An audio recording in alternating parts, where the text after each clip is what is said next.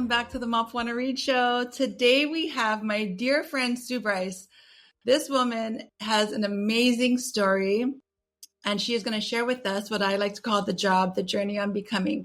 She's going to take us on her journey from dropping out of high school at age 15 in New Zealand, moving to Australia, then moving to the US, and all the things all in between that she has successfully done. It is an amazing, amazing journey. It's one that I absolutely love so much, and there's so much inspiration in her story. Welcome to the Mapuana Read Show, Sue. Yeah, I'm so glad to be here.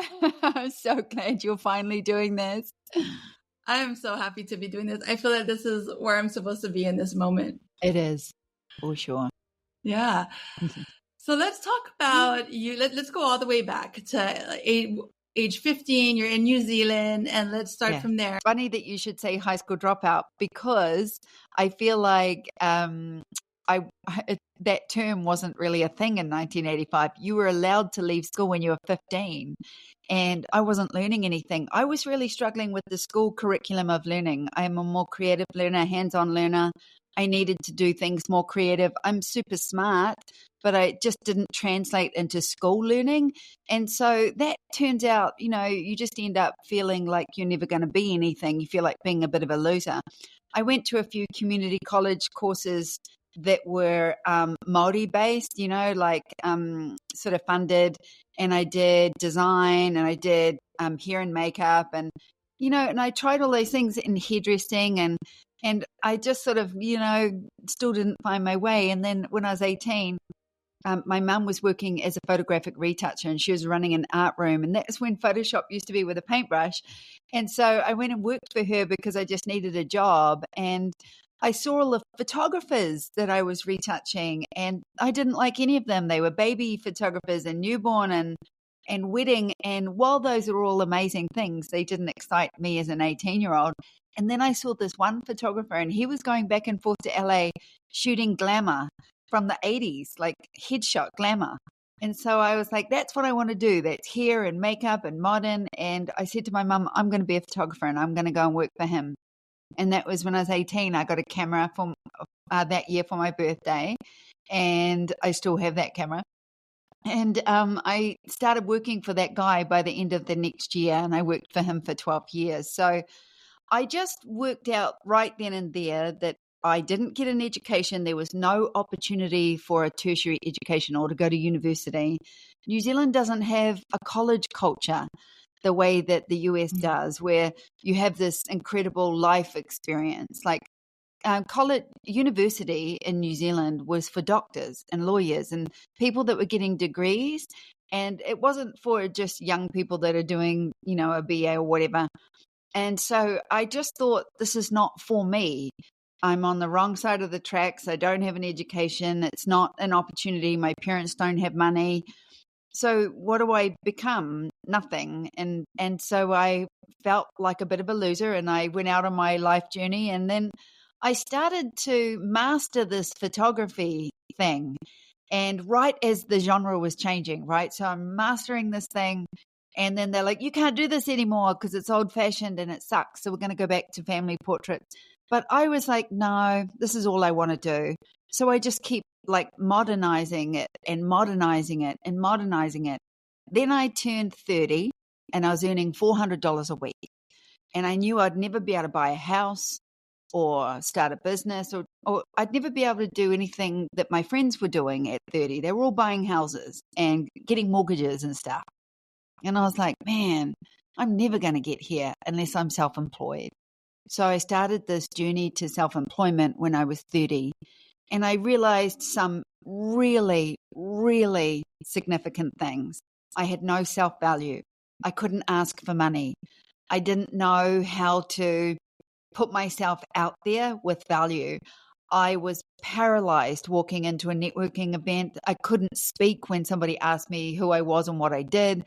I couldn't ask for and receive money for my craft. My boss was selling my work for $7,000, and I couldn't sell it for $400. I realized I knew nothing about self-value, nothing about money, nothing about valuing myself enough to put myself out there. And all of this was learned in the first 2 years of starting my business. I went from like being in debt to having credit card debt to not knowing how to sell to suddenly making $4,000, $6,000, $10,000, $12,000, $15,000 per week. And all I did in that time was just learned. I did not know how to actually put a price on myself. So when I started to grow into my business, and then 5 years later, that business is now grossing $1 million a year. And I Amazing. just have all the stress. I'm burned out. I'm underpaid. I'm giving away all my energy to my staff. I hate them because it feels like everyone's taking from me. And I just sat back and I thought, yeah, this business is earning $1 million a year. And everybody was saying to me, girl, look at what you have done. Look at what you have created. And I'm like, but look at me. I hate this. I hate this job. I hate this business. It felt like I built a monster, and then I had to feed the monster every day. I had to just keep the marketing wheels going, or how would I pay all these wages? And then, of course, 2008 hit, and everybody's about to lose businesses and people are overextended.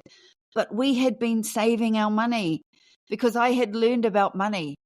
And I remember when we were in a downturn in the mid 80s and I was a young employee, I remember reading a quote to my boss that said, you know who's swimming naked when the tide goes out. And it's actually years later, I Googled it, and it's Warren Buffett. So I went to him as a 26-year-old and I said, we're swimming naked and this downturn, we haven't got savings. And I was like, I knew nothing about money, but I knew that we wouldn't survive if I didn't learn this. So when we went into the 2008, we had like 70 grand savings in the bank. We'd paid our taxes. We were smart and we survived.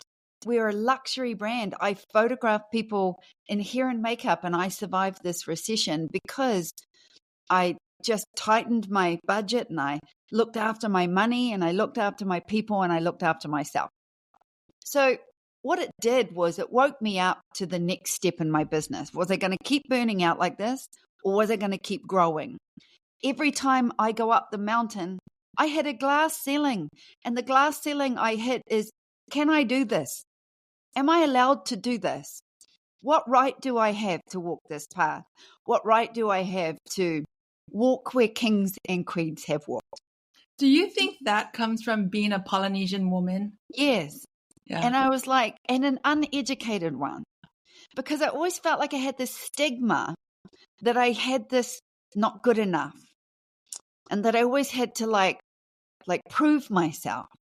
But the beautiful part about that is I not only proved myself more than most people because of that belief, that I would get up on that stage and I would give more than anybody before me gave, because I felt like I had to. So that was also a beautiful way for me to understand that I was coming in with less and I had to give more, but then it just made me more valuable. It is in your ability to give that makes you valuable. But what makes you successful is your ability to receive it.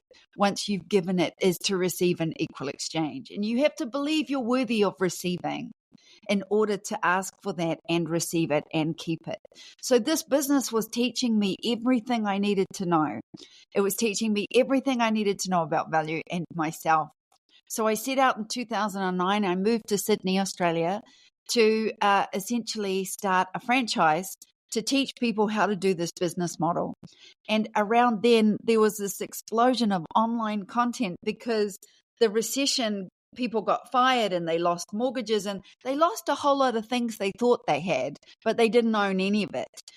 And it was just all overextended and it was all BS, really. And we had to pull it back to, what do I really have?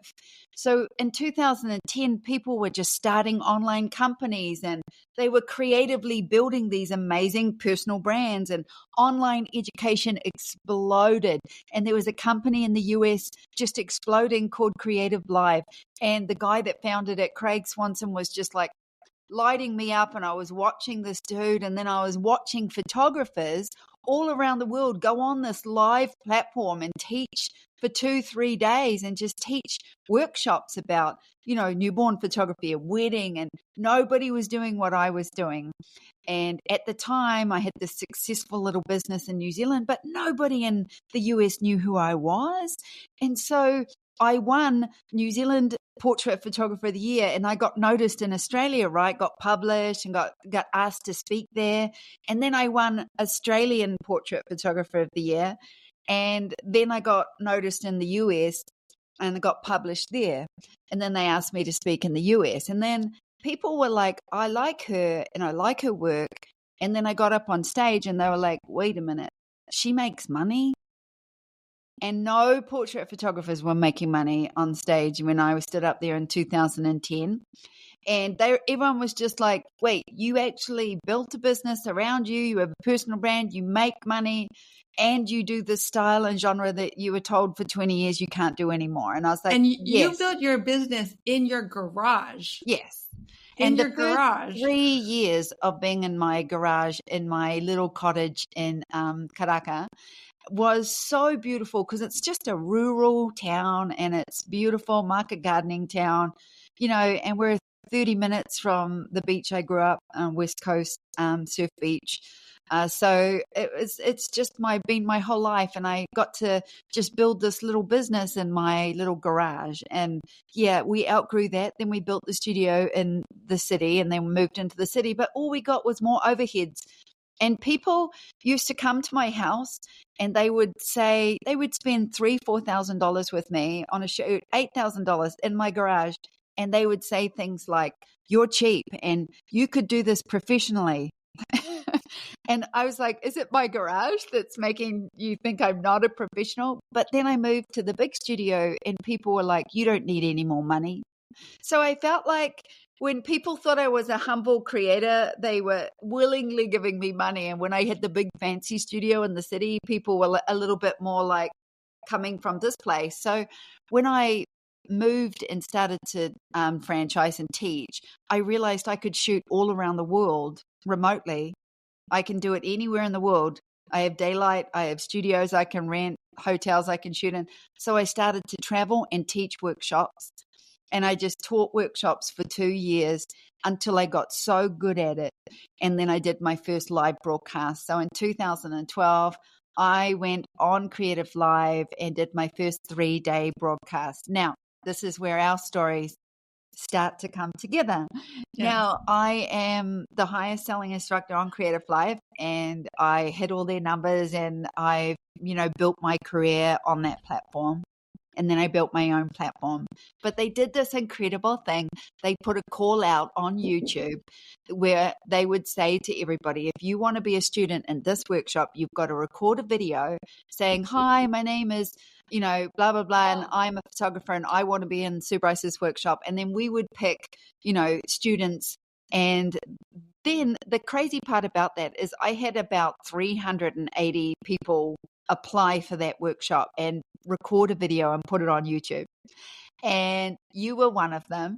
And you were the first student we picked. You were the first student that said yes. And I still, to this day, call you my firstborn.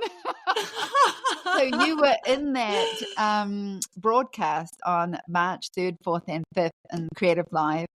And the trajectory from that broadcast was truly extraordinary. And it's to this day now been such an incredible experience. And then just the building my own platform and watching the thousands of photographers that I put through this program in the last 10 years. And it's really unbelievable. Like I think for me, it had to be you and you only. I think for me, if once I saw you do it, I was like, okay, I feel like I identified so much with you, being that you come from a Polynesian family, you are on stage, you're doing all these things. And I was like, oh my gosh, if she can, then I can. Yeah. And, and you just showed me the way. And I was just like, oh my gosh, this So is I thought a lot amazing. about that because my auntie Pauline Kahurangi Yebre is a very well-known Indigenous or Māori artist in New Zealand. And when I was maybe 8 years old, 5 years old, so in 1976, my auntie Pauline got flown to Japan as an Indigenous artist to design like an atrium in Japan. And like she does these big sort of tukutuku panels and big paintings that are in galleries. And she's written, the story of Varangi and Papa, which is one of the most beautiful published books in New Zealand, and painted the whole thing. And so it's like I had women in my family, even as a very small child, that were doing unbelievable things. And I remember talking to my mum about that when I was little and saying, Auntie Pauline went to Japan, and Mum was like, yep. And imagine the plane she flew from New Zealand to get to Japan. It would have taken her, 48 hours? And I can't imagine what the plane was like. And that she was also just an, young Māori artist from New Zealand. I mean, how extraordinary is that? And yeah, if you don't see your people walking and illuminating a path in front of you, how do you ever know that you're capable of it? That's changed. That was a 10 years ago thinking. I think now our generation are seeing so much of us. Our next generations are seeing so much of us in media, online, successfully creating businesses. And the more we amplify our voices, the more these kids just see us and think, my auntie is doing this. And if my auntie is doing this, then I created a path forward. Like, I think a lot about generational poverty, about breaking cycles of generational poverty and things like that. And I'm so proud of where I come from. Even living here for 12 years, people still say to me, oh, you sound like a Kiwi. And I'm like, what do you really think I'm going to lose this? Like, I can't lose as if I tried. But I'm super proud of where I come from and who I am and all of this incredible gifts that I've been given. And I feel like I was lucky enough to even when I thought I was not good enough, I still had women in front of me that, and tupuna that were just showing me that I could do this. So I don't even think you have to even see physical aspects now. You just have to understand that, to me, whenever I close my eyes and I connect to who I am, I feel like there's a waka behind me of so many people standing behind me that spiritually I cannot not feel that. And that I think I've accessed more than anything. I was like, when I can't step forward, the only thing I have is that sort of connection to my ancestors and this idea that when I close my eyes, I feel them standing around me. And it's so strong that I can't even, the calling is so loud and it's going to make me cry. So that's what I've had. And I probably did not understand the power of that until I got older. And I wish I had have understood it more. I think my generation grew up trying to be as white as possible, especially when you're mixed with white families. Their generations lost being a lot of their cultures and, a lot of part of our culture. And I didn't really understand the power of that connection inside me until I grew in my own power. And then I was like, wow, I had that the whole time. Yeah, it was always with you. I did this meditation once, and it was right when I was getting ready I was in this crossroads of not sure if I should leave photography and start this. Do I just completely leave it? What do I do? But I was feeling this calling to do podcasting. And I closed my eyes and I was like, all right, let me just meditate. I just got goosebumps all over me. And you know what I believe when people talk about content and what they're connected to, when I feel goosebumps, you're speaking with authenticity. Authenticity is the highest vibrating energy, more than love, more than rage, more than anything. And when people speak authentically, you get goosebumps, I get goosebumps. That's how you know you're on the right path. Now, when you just said that, I got goosebumps all over my body, because that tells me you are 100% speaking your truth. So if you think about when you speak your truth, that is authenticity.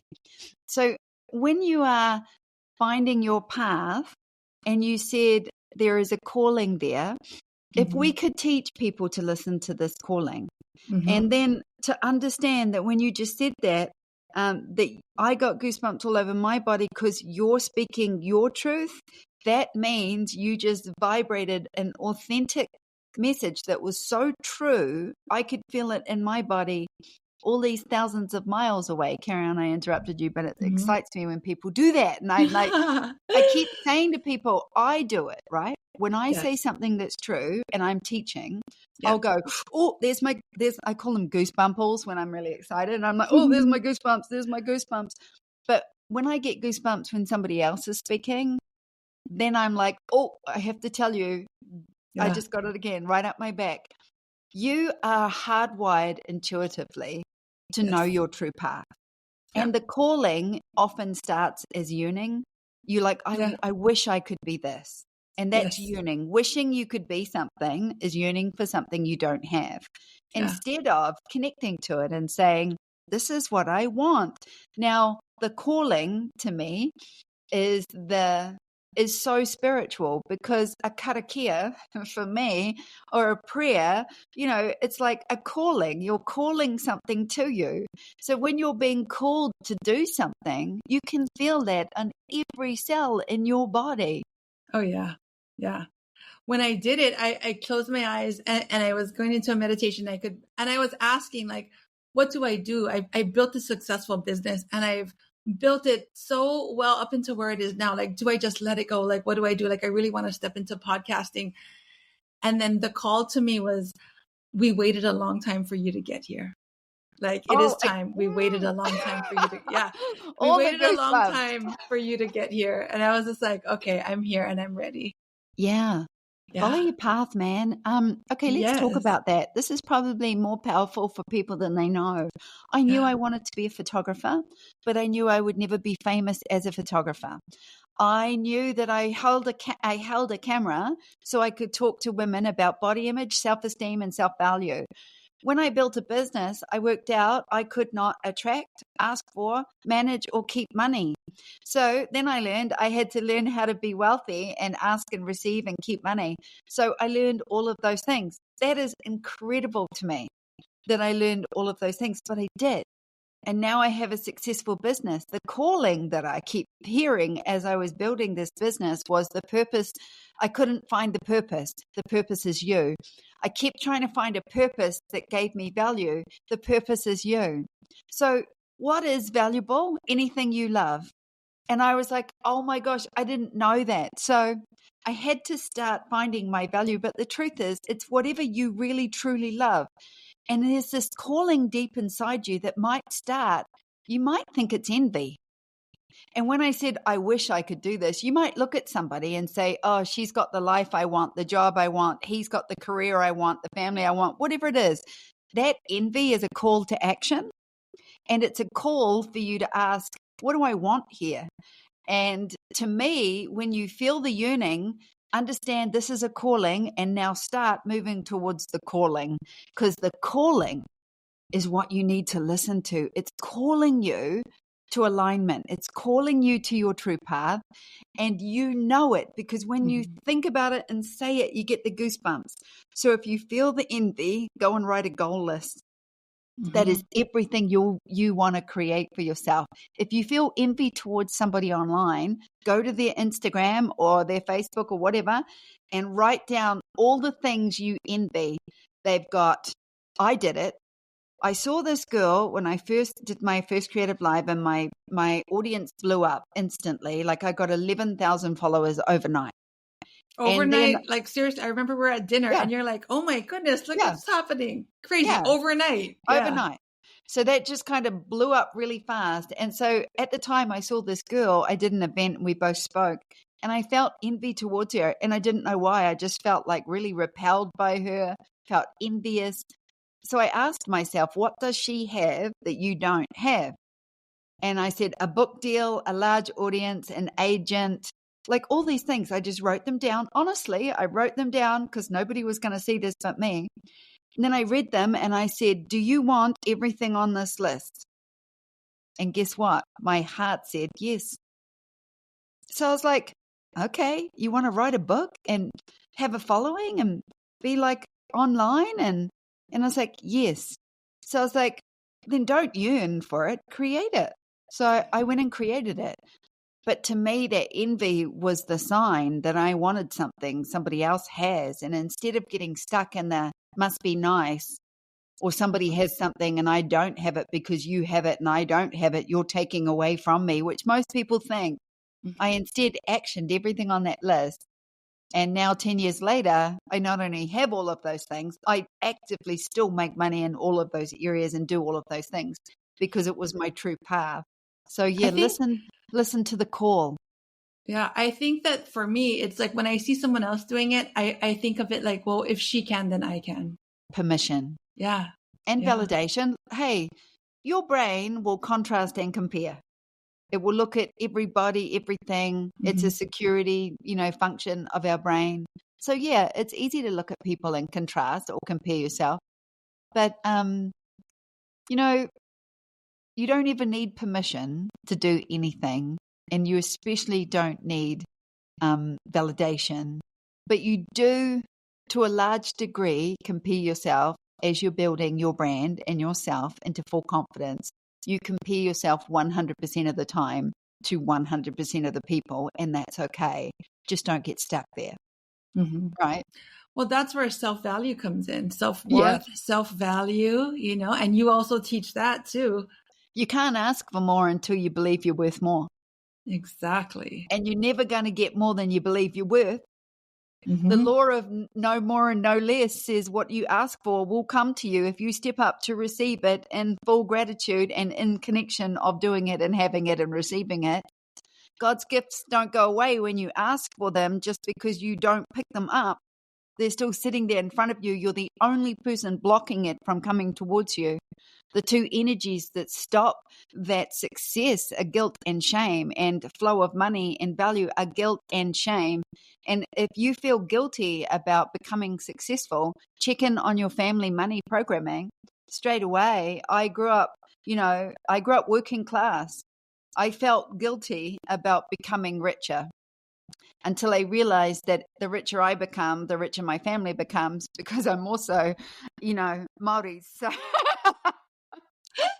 so We yes, know. I bought my mother a house because I don't know a culture that you get money from rich parents, and I don't know a culture where you keep the money from your family, because in my culture, whatever money you earn is for your family. So to me, it was never going to be, it was actually freeing my family. Although my nieces and nephews are so educated on money, they're going to blow all of our minds, all of them.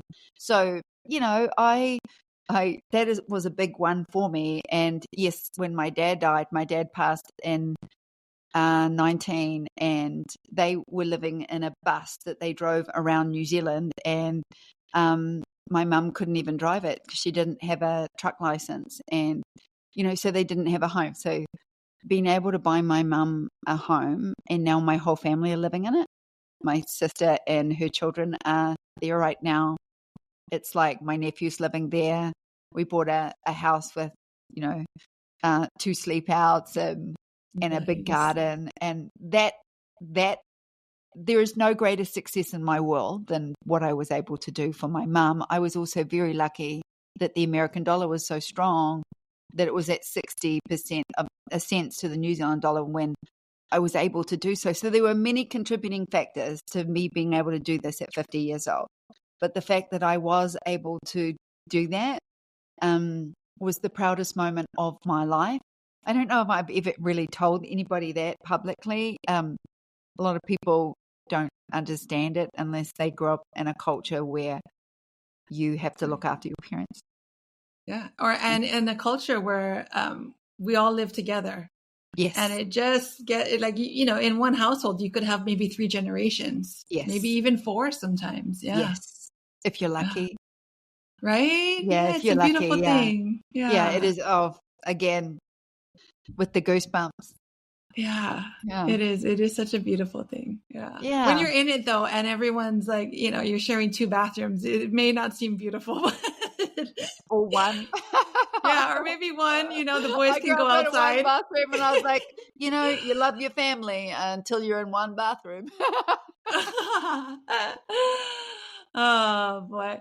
So let's talk about your self-value course. What made you start Yeah. self-value? You can't build a business without it. You can't get through money without it. You can't find your true path without it. You can't love another human being properly without it. You can't Mm-hmm. receive love without it. It starts with self-love. Nobody else loves you until you love yourself, and then everybody else just loves you in a perfect reflection of how much you love yourself. So that tells me everything I ever did in my life was about loving myself more and doing what lit me up and what walking my true path and being authentic with my voice, my dreams, my goals, my path forward. And that's not to say stepping on people or saying you're not important. It's just honoring myself first and then Mm-hmm. bringing my full loving self to the table and then saying, I have so much more to give when I'm loving myself. I have so much more to give when I have good self-care. I have so much more to give when I'm successful in business, because if I'm the richest person in the room, I'm buying dinner. Okay, because I've got Mm-hmm. a lot. And if I've got more than the people in this room, I'm paying for it. If I'm in a room where somebody else has got a lot more and they're paying for it, I'm going to say thank you and do the dishes. That's how it works. So I'm always in a place where I'm like, I love this ability that I can feed my family if I want to. I can pay for things. I can be a rock, but I don't lend money to my family. We talk about growing money together and we're all doing that. It's not like, oh, Auntie, can I have a loan? It's like, no, because if I loan you money, then you have to pay me back and you won't because you can't. So then you'll always owe me money instead of, let's do it like this. So I was like, let's do a job, or let's work together, or let's work out how we can start this together so that you can keep earning money and you don't have to Mm-hmm. keep asking me for money. And then you teach, your family how to fish. So to me, Mm-hmm. that was always one of the most important things, and just the ability to look after myself. So self-value to me hits across the board. Like I said, you cannot get more than what you believe you're worth. And if you Mm-hmm. don't change your worth around money or relationships or everything, you never get more. So if you want more respect, then you've got to give more respect to Mm-hmm. yourself first. And you If you teach want people how more to treat money, you. yes. And if you want more money, you've got to give yourself more value, but you've got to do it yourself first. And it's not giving it away to other people. You've got to give the one thing you want to yourself. If you want more love, you've got to love yourself more. And if you want more success, then you've got to love yourself more so that you can connect to the truest path walking forward. All of that to me was why I had a camera. I just wanted to talk to people because I wanted to know why I didn't feel good enough. It didn't seem to be mum and dad's fault. They loved me, but it was like the world didn't treat them very well either. So I was like, why isn't my mum and dad getting treated better? Like, why don't they think they're worth more? Or where did my parents think that they'd just got enough to scrape by month? Well, when was that? They didn't buy a house until they were 48. Why? Like, why didn't they think they were good enough? And who gave us this belief about ourselves? And where does it come from? Because it's stupid and I didn't get it. So it wasn't until I started walking towards all of that that I realized that I was like, oh my gosh, I have to do all of this for myself. I have to respect myself, love myself, show up for myself, balance myself, put up the big boundaries. Everything that I have managed to get into alignment with in my life, my business, my career, my relationships, my friendships, my family, my money, my health, my fitness, everything that I've gotten in alignment is because I went back to self-value and started there, and then started to elevate myself. And then I started to show up better in rooms, expecting better from myself. being better in myself, loving myself more, and loving everybody else around me. And it's so magnetic. It's like a heart activation. When you want something and you activate that heart, it's a magnet. And when you want something and when you love who you are and you're transmitting instead of seeking validation, when you're seeking validation, you're trying to you're receiving instead of walking into the room filled with love and going, I don't care. It doesn't matter if somebody in this room doesn't like me. What matters in this room is that I bring love into this room, and how can I elevate the value in this room? How do I elevate the value in this moment? How do I elevate the value with this exchange, this client, this friend, this person that I love? It's like, to me, I want to keep bringing value, and I only do that if I value myself. How did you learn that though? Like, how did you? What was your tipping point? Like, was there a point where you're like, I just cannot do this anymore? And that then that maybe was led the to selling self-value? myself, breaking through the selling. That took like 3 months of just tearing my throat out. Like, I had to just say the money out loud. Like, I would add up the price and I would go to say, that's $3,000. And every part of me couldn't speak. My throat would just be like, I I called it lost my cotton voice. mouth. It's on this paper. Oh, and I called it cotton mouth. It felt like there was just cotton balls in my mouth and I could not say what I was worth, because then people would have to say yes or no, right? And that's, if they said no, it was a rejection. So once I learned that, like, what am I most afraid of? Being rejected. And I was like, when you think you're not good enough, being rejected is death. Being accepted is validation and evidence that I'm good enough. And I was like, this has nothing to do with being accepted. And this has everything to do with if that client likes the product I'm putting in front of them and the service I've provided. So that was the breaking point. In order to break through selling and receive thousands of dollars for my craft, I had to stop putting my self-belief in the way of receiving that money. And then I realized something. The moment I stopped obsessing about whether I was good enough and started to act with value, everybody started to treat me like I was valuable. If you wait for people to treat you like you're good enough, you'll wait your whole life under the table, waiting for someone to throw scraps at you, like the dog. And if you sit at the table and don't wait for scraps, if you sit at the table and bring something to the table, you bring it. You would never walk into a Polynesian home without food.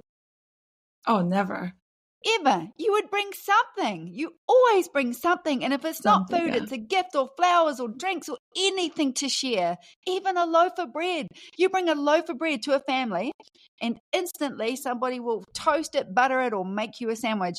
And I have seen that my whole life. Why would you go into a business and not bring something to the table? Why would you go into a networking or social event and not bring something to the table yourself? And you do that at the fullest value that you can, knowing that you're good enough to sit at that table and walk in that room. And that was it. That was the moment to me that I thought, once I worked that out, I was like, all I had to do was be valuable in the room. It wasn't what I was getting from people. It was what I was giving. And that made me the most valuable person in the room. And the more I gave with my authentic voice and my full heart, the more I just magnetized people to me, because people would be like, who are you? What do you do? And I'd be like, I'm a photographer. But my energy was speaking way louder than my words. And that's when I knew that once I valued myself, I could ask for money. I could say, that's $3,000. Like, try me now. I did a job last year and I had to say that's $25,000. Okay. That's what it added up to once I did the running costs and the profit. And I stopped, I looked at it and I was like, that's a lot of money. And I was like, who are you? Who are you? This person knows how much this is going to cost. They can also add up the running costs. They chose you to do the job, knowing it was going to be an expensive job and you're the person to do it. But I still took a moment to say it out loud. Then I wrote it down and sent it, and my tummy flipped. And I questioned my value. And then I broke it down again. I deconstructed that cost and I was like, this is a good costing. I know. Everybody's been paid. I've been paid. They've been honored. I know this is at full value. And instantly I felt good in myself. But still, all these years, 35 years later, I will still check in on my value. That's how much you stop the flow of money coming to you when you don't stand up and receive it with gratitude and believe that you're worth it and say, thank you for giving me the work that I asked for. So I don't walk into any situation and not bring something to that table. That's how I feel valuable. I know you had taught me before. You're like, it's black and white, Mapu. It is on them. It's like giving them a menu. What do you want? You have what you offer, and there is a price. And if someone goes into a restaurant and they want to order the filet mignon and they want to order like all the things, just let them. Yeah.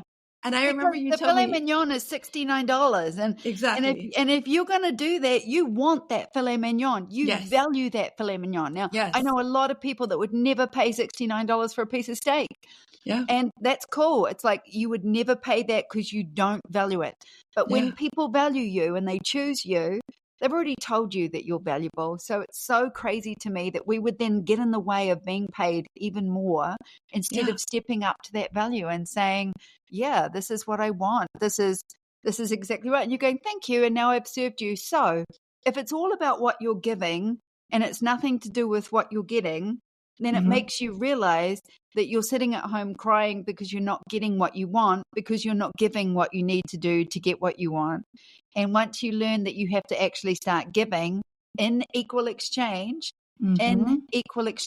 of value, then you've got to raise your value. And that starts with self-value. And I propose that you cannot build a business without self-worth.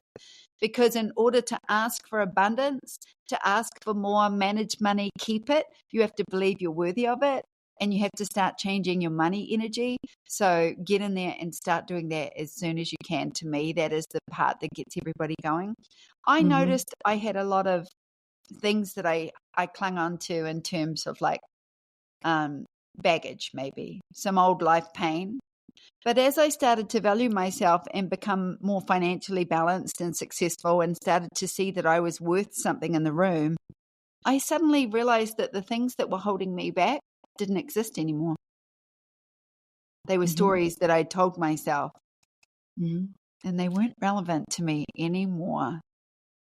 Tell me something. You've got to answer this one question for everybody out there. When you started your podcast, even after going through what you went through in the last 12 years, building your business, your beautiful business and everything you've done and been through, I bet you've returned at some level to the starting feelings that you had. You're just further up the mountain, you're up the maunga, different view, same view, different altitude. Okay, you come up the mountain, you come around and you're like, oh, I have to start something new. What will people say about me? Will I get judged? Will I be criticized? All of those things popped into your head, right? Even now, after all this time, how did you get through that this time? I think this time it was like, I am here to serve. I don't care what anyone thinks or what anyone says. Like I know what it takes. I know how to start at day one again. And I wasn't afraid to start at day one. Yoo-hoo. Whereas when I started photography, I was so scared. I don't know what to do. What are they going to think of me? But now I'm like, all right, I'm back at day one. And it's the whole thing. It's okay to start again. It's okay to change your mind. It's okay to start again. And but I think of it like I came to do what I was supposed to do with photography. And I feel like I hit the point where I did that. And now I can say thank you. And it's still there. I could still pick up my camera at any moment. Yeah. But it's like, thank you. I honor what I came to do. And now I am able to do something else. So at the end of the day, I love this idea that people have to let go of something in order to start something new. I don't photograph clients, and I have not photographed clients for the last 3 years. I photograph friends and family and myself, and if I want to photograph art, and that's it. I no longer see clients or photograph clients in any way, shape, or form, but I'm still a photographer. And even if I never took another client for the rest of my life, I'd still call myself a photographer. I still use my camera. I still make art with my camera. I still use my camera in my working life.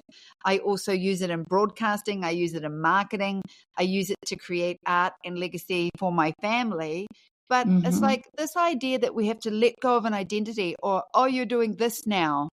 Okay, if somebody has a problem with you starting something new, it's because they want to start something new and they don't believe they can. But I don't listen to other people's limits. I always hear them and think, well, this is about me and what I want. So, yeah, there's always a glass ceiling, and it's always this identity shift. You don't need to shift your identity to share your beautiful voice on a podcast. It's just something, it's an and, not an instead of. And I think that's what we get stuck in, this idea that you fought so hard to get the identity of being a photographer. You can't change your identity. And it's like, look, a personal brand is a personal brand. I don't follow you because you're a photographer. I follow you because you're Mapuana. And it's like, you could be speaking on a podcast. I will still follow you. You could be singing karaoke. I will still follow you. You might unfollow me then. I might mute you and just read the subtitles. But no, what I'm saying is, it's like, I follow you. Now, this is my next workshop. It's personal brand, because I understand self-value is when we start to build this personal brand around us. We're building a brand, not a business. And we're building these personal brands now around us and our social media. This is the future. If you're not in corporate, you're building a personal brand around you. Now, as a personal brand, I'm Sue Bryce. I'm a photographer, a speaker, and an educator. I'm not just a photographer. I'm all of those things. I teach workshops. I have podcasts. I have 2 active podcasts. I still photograph. I create art. I create marketing content, and I teach workshops in photography, self-value, content curation, and personal brand. So that makes me an educator. Now, if I got stuck on being a photographer, I would have never become all these other things that make me a lot more money than photography ever did. And so that was, just the part of growth that you get to. It's always around identity. So if you feel like you're struggling to take the next step out there, people, it's because you're holding too much to this idea of who you think you should be, or somebody else's idea of who you think you should be, or an identity that you're too scared to let go of, because you're like, what will people think of me? Who cares what people think of you? It doesn't matter what they think of you. What they think about you says more about them than you. In fact, what they say about you says more about themselves and what they're going through. So those who congratulate you are happy for you. Those who support you, love following you. Those who don't, who cares? See ya. Go and write your own MB list. Exactly. I did mine. That's how I got here. So that to me is always the shift in identity. There is absolutely no part of you that is doing this inauthentically, because even when you said I was called to podcast, my whole body just lit up. So you have continued to grow by walking your truest path. You have continued to grow in your personal brand. Don't look at it like a career shift at all. Look at it like my personal brand just got bigger and better. I just added a podcast. I'm a photographer and then who knows? Maybe I'll be a photographer, podcaster, and like later on I might add another and. I'm just Mapuana Reed. Yeah. I'm Mapuana Reed. Why do you have to activation? Look, this energy is so powerful, man. There's just not a more powerful energy in the universe than speaking your truth.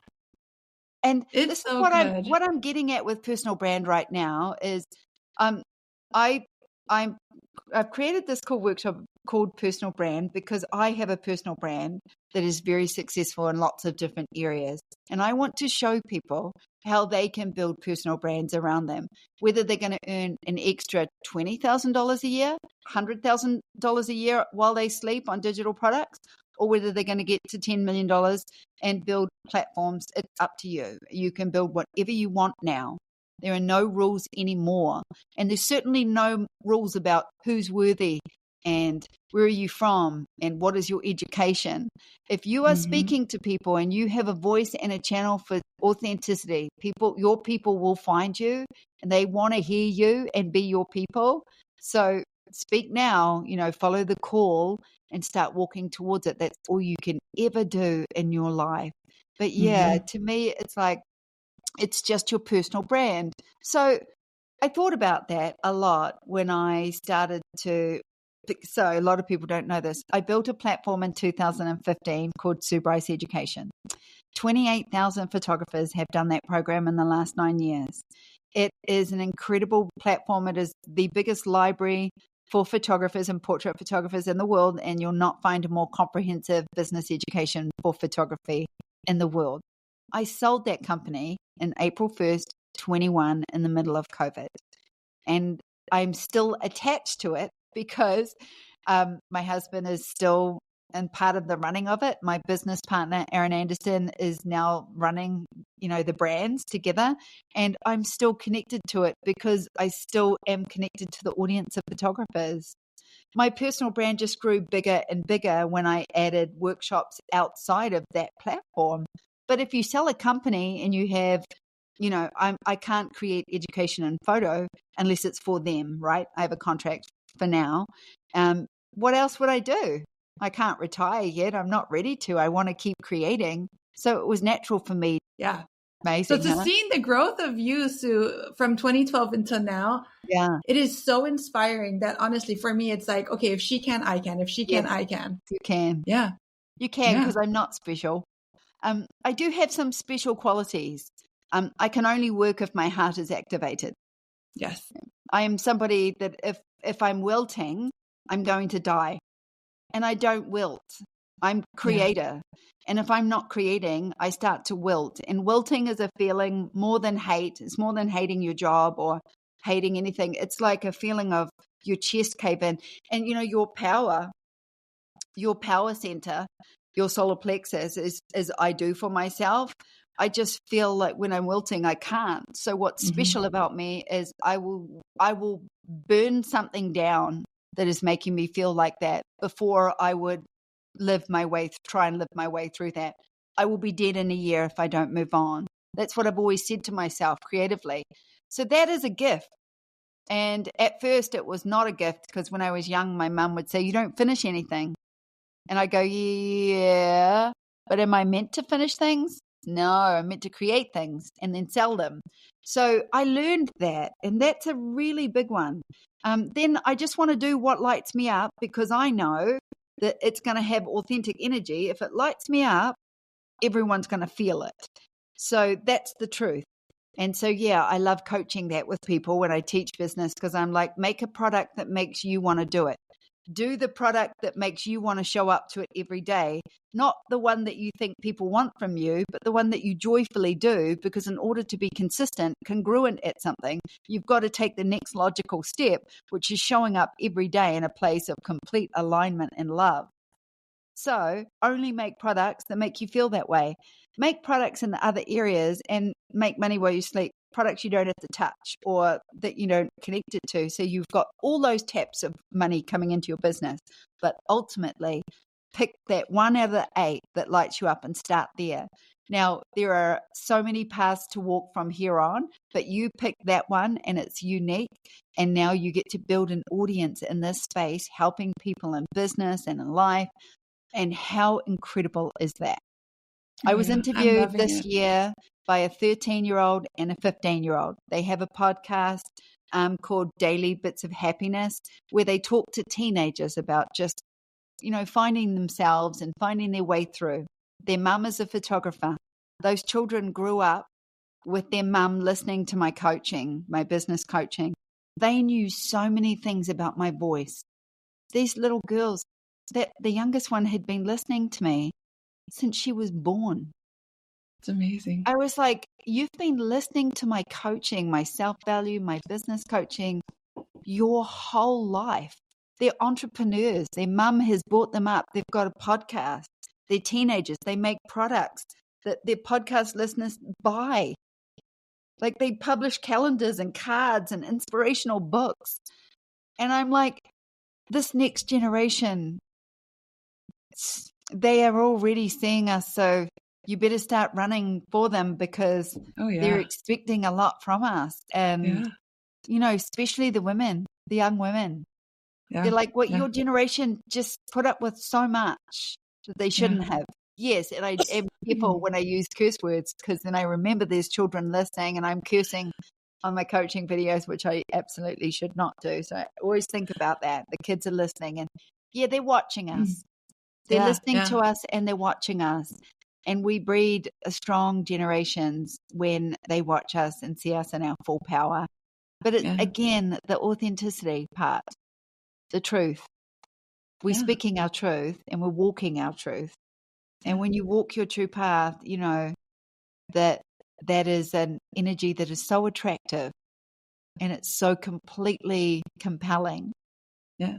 And you find your flow real fast. Yeah. I've watched you do it, and I feel like because of it, it's given me a path to also go down my own truth, you know? Yeah. So thank you. There isn't a better thank you than that. The people that you're attracted to learn from are the people that you're attracted to as mentors, to sit in any room where somebody's on the stage in order to give them that kind of energy and follow them and love them and pay money to go to a workshop or be online with them.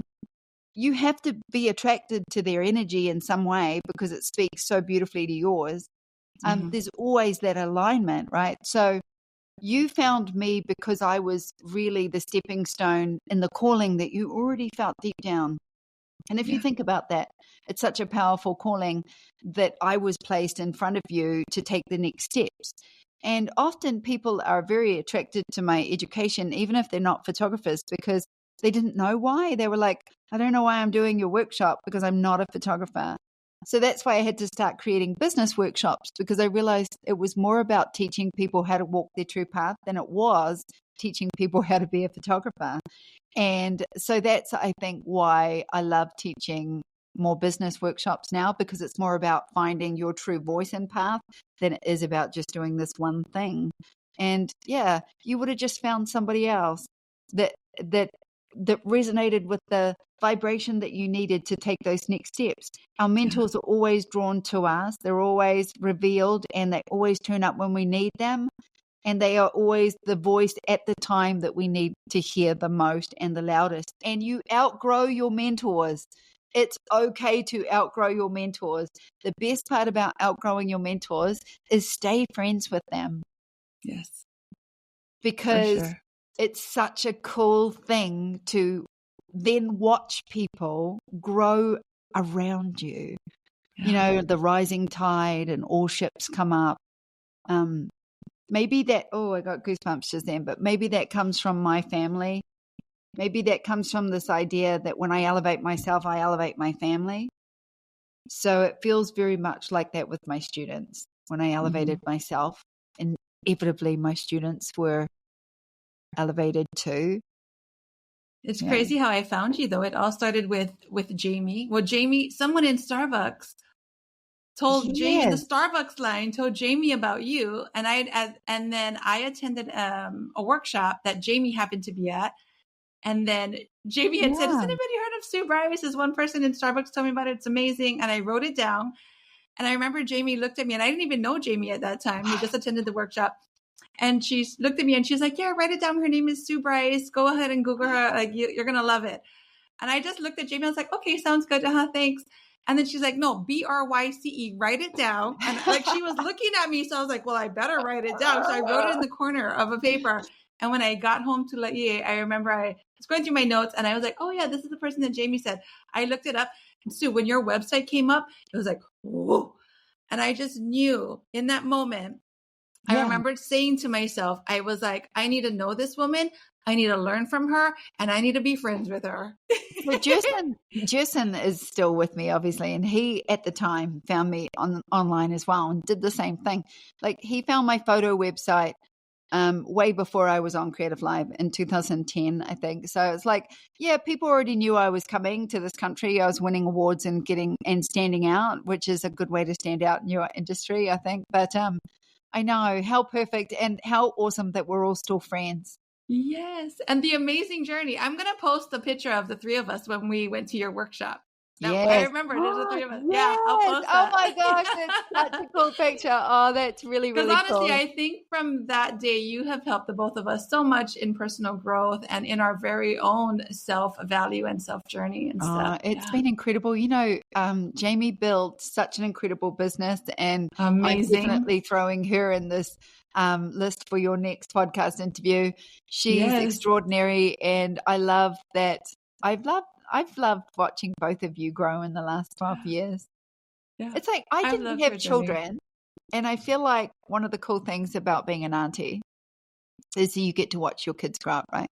But when you teach business, watching my friends and watching my students become successful in their businesses and in their lives is mind blowing. Oh, yeah. And it's so fun to watch, like all of their journeys, like her journey into juicing and to where she's at right now. Amazing. Yeah, it is. Yeah. It's Yeah. truly amazing. Yeah. Mhm. I just want to say thank you so much. Like, thank you for being here. Thank you for sharing your story with us. If people want to find you, where do they go? And, They go, and tell me you can about all find the me different as Sue podcasts. Bryce Photographer on Instagram. That's where I spend most of my social media time. SueBryce.com. Congratulations to all of this. Congratulations to doing this, to walking your path, to finding your voice, to stepping towards it, to actually doing it, to creating it, to starting to record it. It's incredible. I can't wait to watch this blow up. I'm so proud of you. I could cry. Thank you. Well, thank you for showing me the way and showing me it's possible. Thank you so much for listening to today's episode. If you enjoyed our time together, please take a moment to subscribe, like, and share this podcast with your friends and family. It helps more than you know, and it allows me to bring even more amazing stories to your ears. Thank you so much for listening, and remember, every share inspires another woman on her path to becoming her best self. I'll see you in the next episode.